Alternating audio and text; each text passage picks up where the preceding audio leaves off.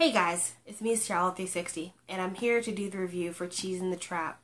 And I decided to psych myself up to do this because I'm super nervous. I've got my Hong Seol hair on. If you can't tell, I've got a really nappy leave out with some bad weave because that's kind of what the character looks like on the show. And I've got my themed snack of the day, cheese. Mild cheddar, cheese in the trap.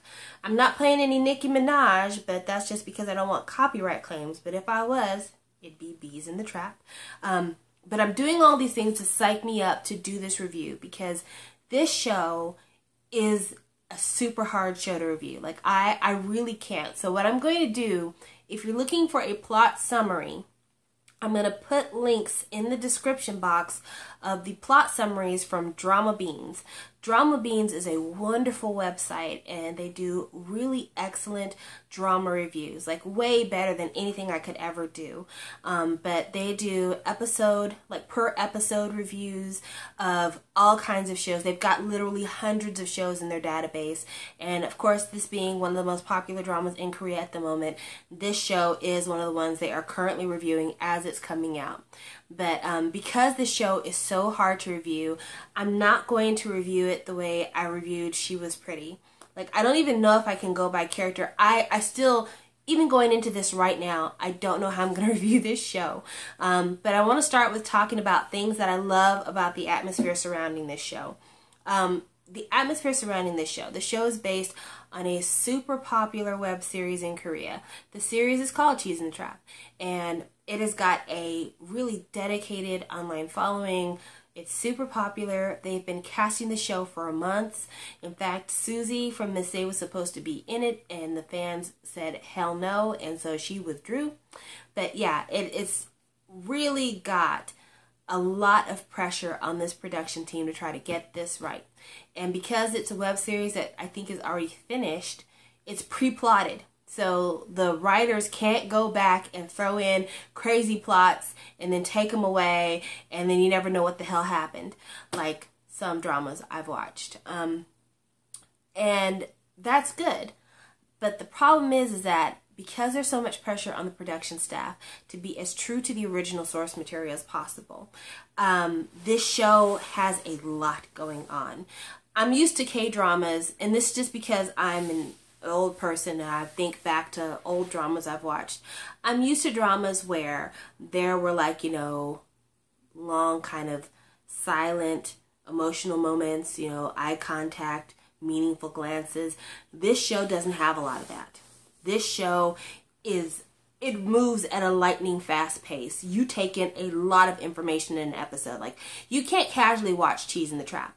Like, if you were like, I'll watch Cheese in the Trap while I'm, you know, washing dishes, or I'll watch it while I'm, you know, folding clothes. If you look away, you're going to miss something because there's just so much material there. And again, I think it's because the producers are pressured to make sure that every plot point that was in the original gets put into this. And in America, I kind of wish we had that kind of pressure on people who adapt stuff.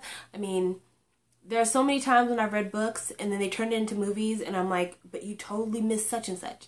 But yeah, they have a lot of pressure to try to keep as true to the original as possible. But yeah, it makes it for a really hard series to review. So, like I said, I'm just really having some trouble trying to figure out how to review this. So more than kind of reviewing the show, we're just going to have a little bit of a discussion because that's what these are. These are discussion videos, and you guys can leave your feedback with me, and you've got my feedback here, and then I'll talk about whatever. If something salient comes up in the comment section, I'll address it in the next video. But going into this drama, first thing first is our lead actress who's playing Hong Seol. I don't know her name, and I really wish I had written it down because I have some cheat sheet notes, but I don't have the name of her actress because I think I have 20 names written down here for characters that have arrived just in the first 2 episodes. But the actress that's playing her, she looks a little bit like Susie, honestly, to tell you the truth. Like, in the eyes, she kind of reminds me of Susie. But she's such a cool actress. I read that she has never done an actual, like, K-drama television series before, but that she was in some movies, and that her very first movie that she ever did, first time she'd ever appeared on camera, she won like a whole bunch of Best Actress awards for it. So I'm really excited about seeing her in this drama, because already there's some things about her that are different than what you typically see in K-dramas. For me, most K-drama heroines fall into two kinds of camps.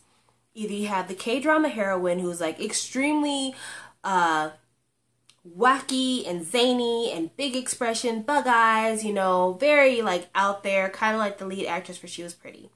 Then you have the lead character drama actress who is extremely stoic, almost unemotional, doesn't really have a lot of variations in her character or her acting, and almost seems like a wet towel. Like just, there's nothing there. There's no texture. It's just lays there. An example of that would be the lead actress from The Moon That Embraces the Sun. I did not like her. I did not like her at all. I felt like she had the same expression on her face throughout the entire series. Even when she was being like beat and they were like whooping her ass, she still seemed like, I guess. She just didn't seem like she cared. This actress is playing a really careful and smart middle. Like, she's capable of comic moments, of feeling frustration and kind of, you know, acting it out. But she also has like a very natural energy about her. So she doesn't play it up to, you know, almost buffoonish effect. I really like her. And depending on how the show does, which I'm pretty certain the show is going to be an extreme success, I would love to see more stuff by her. In fact, I'm thinking about going back and trying to catch some of her movies because she is just doing an outstanding job of seeming natural and making you kind of feel for her. Another thing about this drama that I really like so far, I really like the fact that because they're having to try to include so many plot points with this to try to match up with the original web series, you get a lot of layers to everything that's going on. And they do try to kind of peel back the onion, if you will, and show you what happened with this that led to that led to this, that led to that. And I mean, it's rich. It's really rich. And so that's exciting. But at the same time, you know, I hope I don't get lost, because we're starting to see how all these characters kind of matter to each other, how they merge with each other. There are different connections, and I'm hoping that because there are so many people to deal with, I won't lose any of those connections there. So just to rattle off a list of names of people, I'm not even going to talk about a lot, I'm just going to give you a little snippet of who they are, but just this is the list of names already of who I think might be important people in episodes 1 and 2 alone. Yoo Jung, who is the main lead Kinga type, Eun Taek, who is the kind of boyfriend of Bora, who is Hong Seol, lead character's best friend, and then Ah Young, who happens to be another friend of Hong Seol, who has a crush on Yoo Jung, and then Nam Joo Yeon, who is the bitch. That's her official character description. Song Chul, who is like the big senior bully. Jae Woo, who is kind of like the senior punching bag and wants to get back at Song Chul. Then we have Min Soo, who I call Freckles because she has really terrible freckles drawn on her face. I know it's because she's supposed to look like the comic, but they really should have hired the person who did the makeup from She Was Pretty, because those freckles looked way more natural than the freckles that this girl is wearing. Then there is Baek In Ha, which seems to be a gold digger, lazy, sneaky person. And then Baek In Ho, who is her brother, who has a backstory with Yoo Jung. And then we have Professor Han, who we don't really see that much of, but we also have Professor Kang, who was Lala and She Was Pretty. So that's just a small sampling of the names that we have to deal with just in the first 2 episodes alone, like people who were named on camera. So yeah, this show, there's a lot to try to take in. I feel like I need like a diagram to show you kind of all the cross sections of people. But like I said, there's a lot of layers going on here, and everybody kind of intersects, and I'm really excited to see kind of how they manage this. So that's going to be interesting. Something I noticed about this show that I've not seen in a lot of dramas before, I don't know what the lead theme song is. You know, a lot of times when you watch a drama and in the background, you know, when there's an emotional moment, you'll hear Almost Paradise. No, you don't hear that in this show. Like there's no emotional theme song to let you know this is where you're supposed to feel something. That's interesting. Like there's music in the show. Music here, there, and everywhere, but it's very unobtrusive. I like that. I like that a lot. The other thing that I'm noticing with this show too is that it moves, because there's so many layers, it moves really fast. There's not a lot of long lingering looks in this show because it moves so fast. And so that's nice because, you know, you're not wasting any time. Another thing with the show that I think is really great, and I've only seen it in one other drama because I don't watch all the dramas in the world, so I don't get privy to everything. But I was watching Second Time 20, and I haven't finished that drama. I got about 7 or 8 episodes in, and then I was like, I'm frustrated. I'm gonna stop watching. But in Second Time 20, a lot of the very beginning of that show was just the drama with trying to like get registered, trying to fit in at school, all this kind of stuff. And this drama, again, there's a lot of things about just being a student in a Korean university that they bring up in this plot line, and I really, really love it. Like the pressure of making sure that you are on friendly terms with your seniors, especially your class rep. On one of the different scenes when Hong Chul and the bitch, who happens to also be the class rep, get into it with each other, she ends up late for school. The power of social media in Korean classrooms, because they rely a lot on boards, so that's something that I really didn't know as much about. Also, I mean, I saw that in Second Time 20, but I'm just saying, you learn a little bit more about it here. Also, the fact that you can only register at school at like a certain time. In America, if you want to register for college, you have like 2-3 weeks, whatever, to register for school, for classes, and you know, people will try to register early for some stuff. But I mean, here, it is like a race. People were literally running to the school to register. And in America, a lot of people register at their own computer. I used to register. I was in college years ago, guys. Years ago. And even though I was in college years ago, I remember sitting in my dorm room registering for my classes from my dorm room. Here, you have to register from the computers at the school. I didn't realize that. That was pretty interesting. Also, the whole money situation. Like, people in Korea, I guess it's not uncommon for somebody to drop out of school to save the money to go back to school there. In America, a lot of our students really rely on financial aid to get them through school, and so they usually go continuously unless they manage to fuck up their financial aid somehow by not going to class or making grades. So there was a lot of information about the situation of being a college student in Korea that played a big part in the plot lines here, especially about like the social class system, and you know, with it being Cheese in the Trap, that gives you an idea that this show is about setups. You know, Cheese in the Trap. There are things that will lure you into a situation, then you'll find yourself without a recourse for getting out of it. You've been set up. And it shows how there's setups just in being a student. Like I was saying before, making sure that you're on good terms with your seniors so that your seniors will give you good information so that you can progress in school.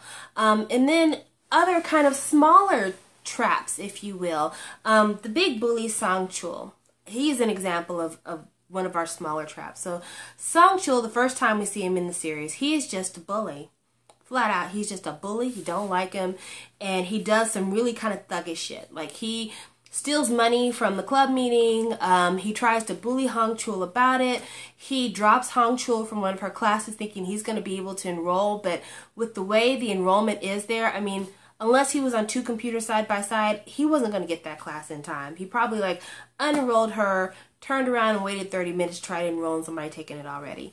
But then we find out through a separate scene that, you know, apparently his family thinks he's doing great in school and they don't realize he's struggling. He's living in like a room somewhere, in a poor room at that, and he probably uses this money that he stole from the club meeting so that he can eat. And he's eating like tuna fish with gochu paste and rice. Like, he's not even eating lavishly. So I mean, it just, again, it's this trap, you know, because his thing for going to school, I'm sure he's thinking, I go to this university, I make it, if I can just make it out of here, even if I have to steal and plot and do whatever else, if I can just make it out of here, I can get a job at a corporation, make this money, improve my life. So the things he's doing is to improve himself. Same thing with like Nam Ju Yeon, another example. She's the bitch. She's mad at Hong Seol for taking the attention of Yoo Jung. So she does things to try to get revenge. She steals Hong Seol's report when it was supposed to be turned in. Now she feels guilt about doing this, but the guilt can't override her embarrassment and jealousy. And again, it's a trap. You do one bad thing, but then you have to defend that bad thing. You tell one lie, and then you have to cover that up with another lie. And you self-create traps. Not only are you in a trap societally, but you're in a self-made trap, because you do one thing that leads to another thing that leads to another thing until you find yourself backed into a corner. And I really love the complexity of this show. So these first 2 episodes, like I said, I really can't do a review on the plot because I can't. It's just so involved, and this review would be longer than the series itself. But I cannot wait to keep watching this show because I feel like we're going to see something that we've not seen in dramas a lot, if ever. And I want to see how this unfolds. I want to see what's going to happen. I'm really, really excited. Even like the love line here so far, to me, it's not cliched. And maybe it's because of the way the actress plays it. I don't know. But she's not falling into the lead guy's arms. When she runs away from him, I get why she's doing it. Unlike when Heejin was running away from Seungjoon and she was pretty, and I'm like, girl, why are you doing this? Just go ahead and talk to the guy. This time, I get where she's coming from. There have been some situations here where she has reason to distrust this guy and wants to be away from him. Then the guy, I mean, he's not totally clean. And then there's a whole other subplot that we don't know anything about that we're getting a hint of, with maybe, you know, some violence and possibly some drugs. We don't know, and it's all there. It's all there, and I cannot wait to discover it. So, like I said, this is probably one of the worst reviews I've ever done, and it's not great, but this show is. This show is, and I can't wait to keep watching it with you guys. I might just spend my next review talking with you guys about this show, like in the comment section below. If there's anything I didn't cover that you want to talk about Cheese in the Trap, do so down there. Also, I think I'm going to try to film these videos on Sundays.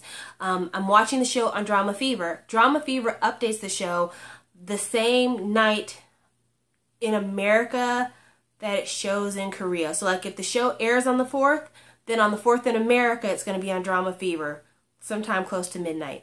Same thing, like if it shows on the 5th, then on the 5th in America, close to midnight, it's going to be on Drama Fever with English subs. So we're watching it concurrently with the way it's airing in Korea. So if you happen to watch ahead of me and you want to leave a comment about the next episode, just be sure that you write spoiler at the top of your comment so people who are scrolling down will know. But if you want to talk about the next episode so that I can insert that in my conversation for the next episode, we can do that too. So like Sunday, possibly Monday, I'll be talking about episodes 3 and 4. By then, all the subs will be up. They'll probably be up by Thursday, so that'll give you a few days to watch it so that we can talk about it in the comment section, and then I can talk about it on the video. But this is just going to be one of those experiences that I look forward to having, but I'm also scared to death of experiencing because I don't know how to handle this. But I cannot wait because this show has got me in my field. It's been 2 episodes, and I want all of them right now, and it's taking everything I have not to try like go on Google and read ahead of time of what's going to happen in this series just to clear up these mysteries, because it's so easy. I mean, we live in an age where the information's at the tip of your fingers, but I'm not going to do that for as long as I can. I might break eventually somewhere down the road, but we just started, so I'm trying to hold on. But yeah, Cheese in the Trap, I cannot wait. I hope that you guys enjoy the show as much as I'm enjoying it. If you're not enjoying it, please tell me why. But yeah, I'm excited. I'm really excited. All right, well, I will see you guys on the next video. Bye.